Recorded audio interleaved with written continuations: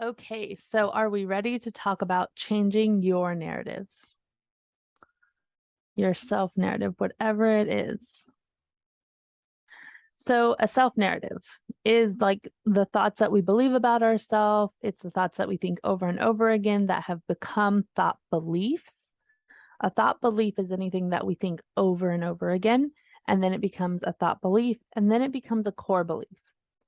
So we have to first know what our self-narrative is right now. So get a piece of paper, get a pencil, and write it all down. What do you currently think and believe about yourself? It's called a thought download, where you just let all of it come out unfiltered, unjudged, and just get it all out on paper. The reason why this is so important is because we can't go forward until we know where we are.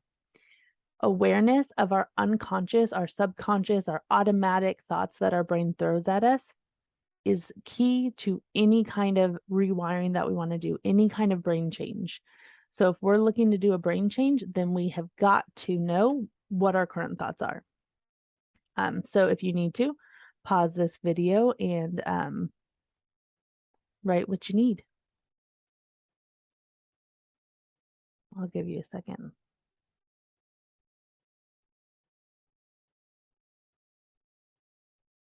Pause it, write it down before you move on.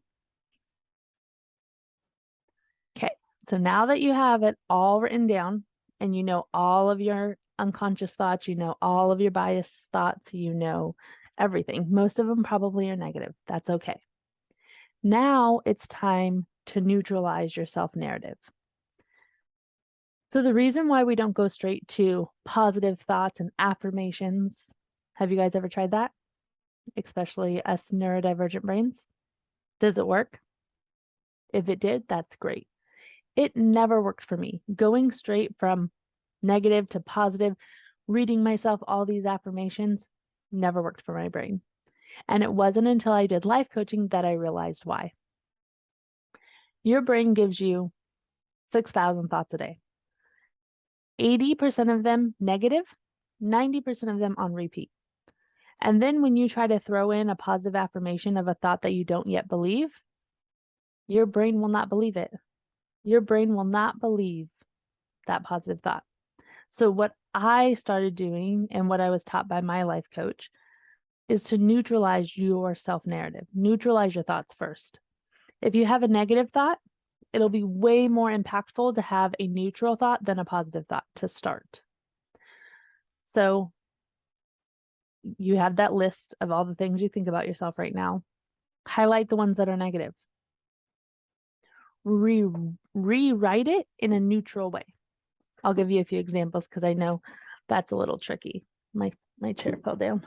Sorry about that. So I used to think I was fat and that I was fat, so I would never be in a relationship and I would always be single because I had a thought that nobody loved fat people. Nobody found fat people attractive. I felt like I was ugly, and since I was fat, I was disgusting. These were thoughts that I had on my, constantly, all day long. I had these thoughts. Every time I passed by a mirror, every time I looked at myself, I had negative thoughts. So what I learned from my life coach, Carl Lowenthal, was to neutralize those with thoughts like, I am a human with a stomach. I am a person with fat on her body, and not make it mean that it's bad. Like, oh, okay, and I do see people out there who are fat and in relationships, right? I do see people out there who society says is fat and are loved. So then I started telling myself, like, some people think fat people are attractive. Some people love fat people. Fat people are loved. So I slowly, and I'll later in the training, I do what's called a ladder thought. And I show you how to build up from your negative thought to a neutral thought to a goal thought. And then I also have the thoughts I'm not good enough. Always, always not good enough. So I started with I'm capable because I did believe I was capable. And then I slowly practiced like I get to decide I'm good enough. So I'm going to decide I'm good enough. Oh, here it is, a thought ladder. Perfect. I love when my trainings match up with my thought processes. Yes, I create the trainings. The concept of building up to your goal thought. We have to take a negative thought and neutralize it until we somewhat believe it. When we believe the neutral thought, then we can change it to something more positive. And then when we believe that somewhat positive thought, we can keep building and keep growing it up until we believe the belief thought. Let's go to the next one. So here is a thought ladder. So at the very top of our ladder, we have our goal thought. What do you want to believe about yourself? What is your ultimate goal? And then at the bottom of the ladder, we don't have your negative thought. Do you notice that? You take your negative thought and you neutralize it with a neutral statement. And then you do a thought that is just a little bit more positive that you can believe. And then a little bit more positive that you can believe. So I'll show you an example. For my self-image, I really like my goal thought. I wanted to truly believe that I was sexy. I did. I wanted to believe that I was attractive. So I had the thought I was disgusting and ugly. That's way far off, right? So I neutralized it first with, I'm a woman with a human body. So every time I walked by the mirror, my brain wanted to give me like I'm disgusting or I'm ugly. I would remind myself I'm a human with a human body. And there are parts of my body that I loved and that I liked. So I would compliment those parts. And then my next thought after I practiced that one, and I was like, okay, this is working. I can totally believe I'm a human with a body. Some people are attracted to women who have fat on their bodies. Okay. And I worked with that. And then I worked with, I'm attractive to my people. So I don't want people who don't think I'm attractive, right? So I had to practice like, I'm attractive to my people. So whoever my people are, I'm attractive to them. And then I eventually would get to, I am sexy. I still don't know if I'm quite to sexy, but I am beautiful. So I'm okay with that even. Like for me, from where I was to where I am now, I feel beautiful. And I wouldn't change that for the world. So you're probably asking, Amber, like, how do I practice these thoughts? One thing that I did for me in the very beginning of my thought work was I would set an alarm on my phone, even silent, but the title of the alarm was, Some People Love Fat People. You are attracted to, like, your people are attracted to you. You have a human body. Whatever it is that my thought was that I wanted to practice and see more often, other people that I work with, they just write it on Post-it notes. They write it on index cards and they purposefully, intentionally practice them so that their brain, when it goes back to the default, has already had practice thinking these different thoughts. So I had self-confidence in the workplace, no problem. Well, okay, I had self-confidence in my job as a teacher because I'd done it for 9 years and I was great at it. I didn't so much have a self-confidence as becoming an entrepreneur, which we'll do a whole different training on that one. But I was not confident at all in myself to be in a relationship, to be dating. I felt like I was forever going to be single and never be confident enough. And this also stems with like insecure attachment, right? So I wanted to believe I was good enough, that I was good enough for whoever I wanted or whoever wanted to date me and I wanted to date, like the mutual dating. But I had the negative belief that I would never be good enough and they would always leave. That just echoed. Like once they find out who you are, they're going to leave. You're too much. You're too, all those thoughts that I'm sure you could relate to. So at the bottom, my neutralized thought was, I don't need evidence to be good enough. It is a thought I choose to believe. Because I was taught that self-confidence is self. It's inside of me. Those come from my thoughts that I choose to believe. Where confidence or experience comes from outside of us. So I wanted to just practice, I don't need evidence to be good enough. It's a thought I choose to believe. And then my next one was, in some ways I am good enough, which I did believe because there were some ways that I did feel good enough. And then slowly as I practiced that, I just wanted to always, when my brain offered me, you're not good enough, I said back, I decide I am. How powerful is that? That in that moment, right there, we can just decide. And then eventually I didn't have to say I decide anymore to I'm just good enough. I am good enough. But do you see how it's a gradual growth, step by step?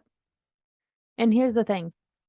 Your brain is going to want to tell you that because your old thought keeps coming back, that you're not making progress.